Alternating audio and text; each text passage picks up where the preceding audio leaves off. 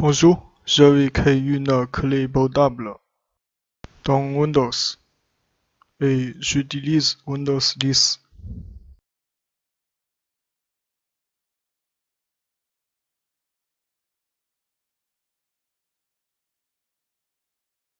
et je vais montrer avec les deux ISO Windows 10 et Ubuntu et je vais utiliser Rufus.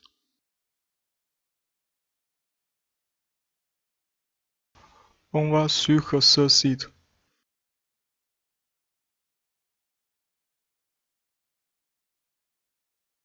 Ici, on peut changer la langue de la page.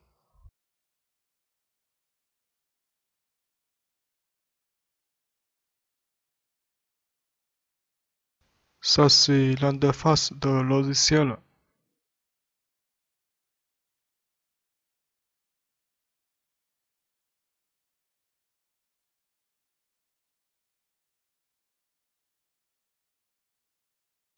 La version actuelle est 3.11.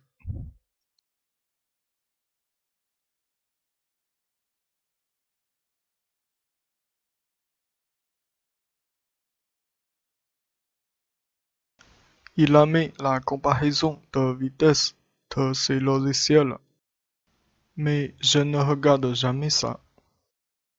Je n'ai besoin que le résultat. Ça c'est important à la fin. Il supporte tous ces ISO. Vous pouvez essayer après.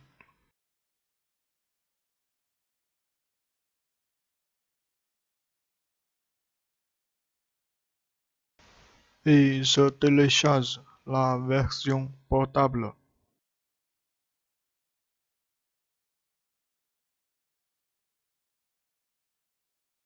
Enregistrer.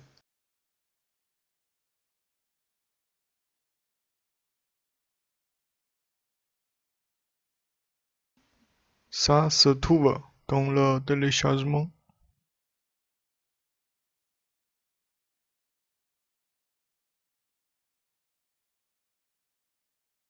Et j'insère ma clé USB.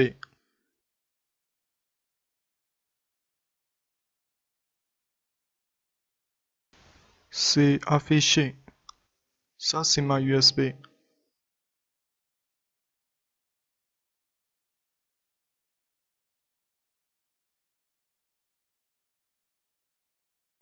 Et je reviens au téléchargement.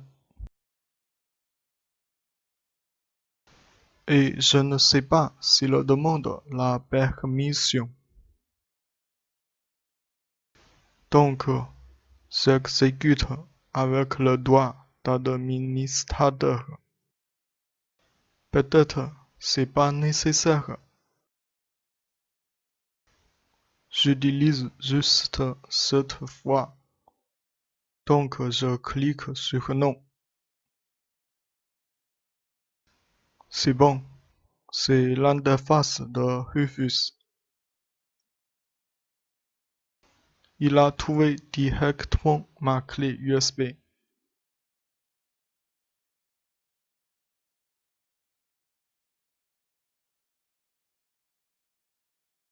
Je regarde d'abord en bas.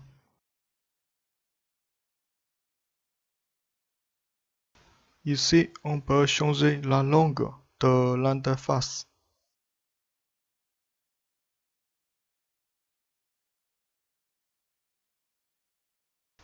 Puis, c'est l'information.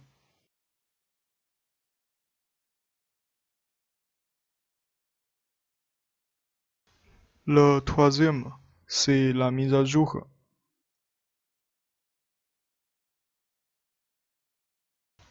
Puis, c'est le log. S'il y a des erreurs, on a besoin de lire ça.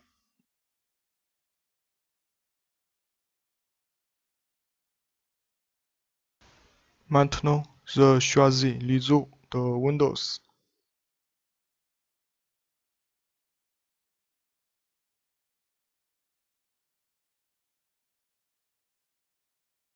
La première est la clé d'installation.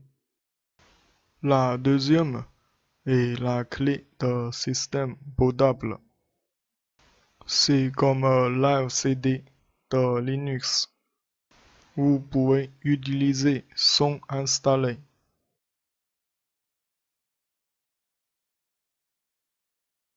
Et il y a deux choix pour la partition.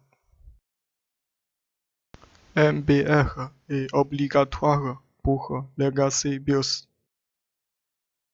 C'est déjà bloqué dans ce logiciel. Et s'il y a UEFI CSM dans votre BIOS, vous pouvez démarrer Legacy et UEFI BIOS au même temps. Mais c'est rare.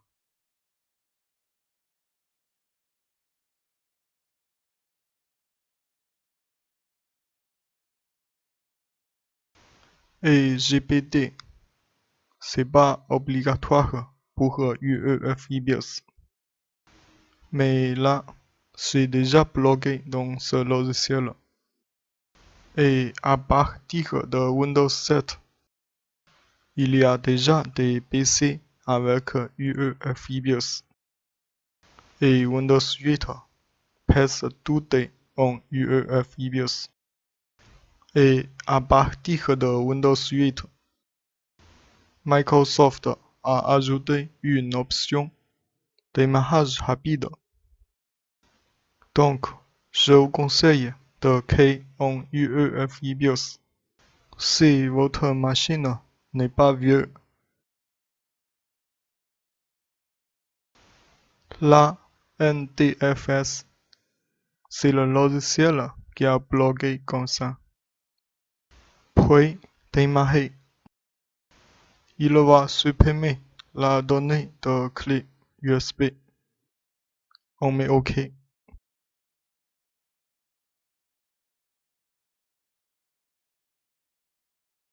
C'est fini. Mais il faut désactiver le Secure Boot. C'est pas intéressant du tout.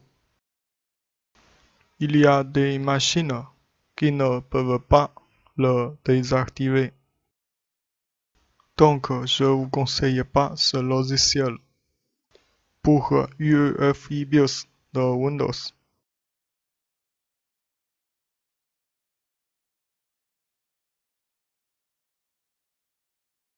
Il a créé deux partitions.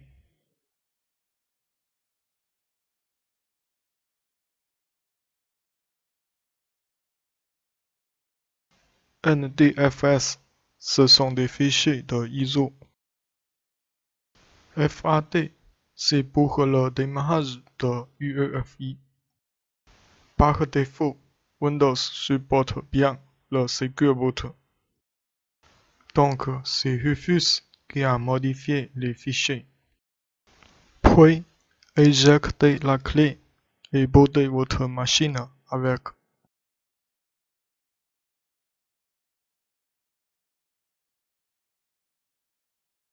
Maintenant, je fais la clé de Ubuntu. J'insère la clé USB.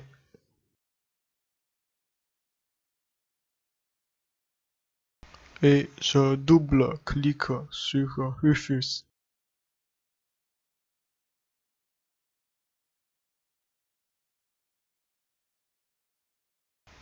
Et je choisis l'ISO comme tout à l'heure. Là, on peut créer une partition pour garder le changement de l'RCD. Si vous avez besoin, prenez une clé USB 3. Moi, je n'ai pas besoin. Donc, je remets à gauche. Et pour MBR, il affiche Legacy BIOS et UEFI.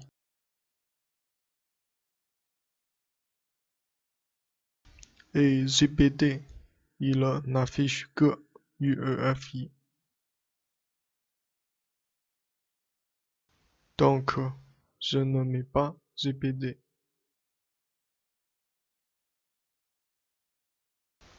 Et FAT32, c'est pour le démarrage de UEFI.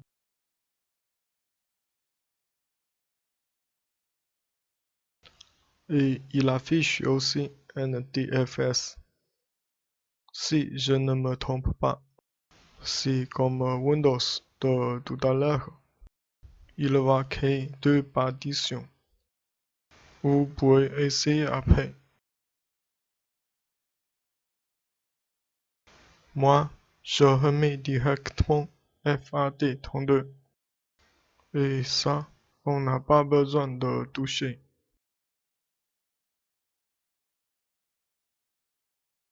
Puis, démarrer. Il manque des fichiers.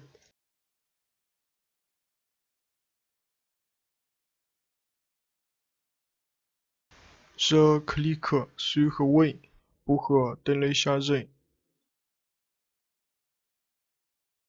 Et il affiche ISO hybride. C'est une façon de création de ISO. Et la plupart des ISO de Linux sont faits en ISO hybride. Il permet de démarrer Legacy BIOS et UEFI ensemble. Là, on ne change pas. Et DD, c'est la commande de Linux. Si le premier ne marche pas, on prend le DD. Puis, OK. Il va supprimer la donnée. OK.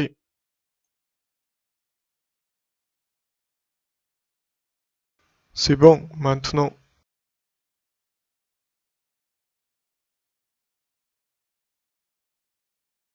Il a créé une seule partition en FAT32. Puis, éjectez la clé et bootez votre machine avec. Et j'ai essayé les deux clés sur mon PC. Pour Ubuntu, il n'y a pas de problème. Legacy BIOS, UEFI BIOS, Secure Boot, tout est OK. Mais pour Windows 10, le Secure Boot ne passe pas comme prévu. Comme j'utilise pas ces logiciels, je vais tester encore les autres pour vous. Et c'est bon pour aujourd'hui. J'espère que ça va vous aider. Si c'est possible, m'abonner et partager avec les autres, s'il vous plaît. Merci et au revoir.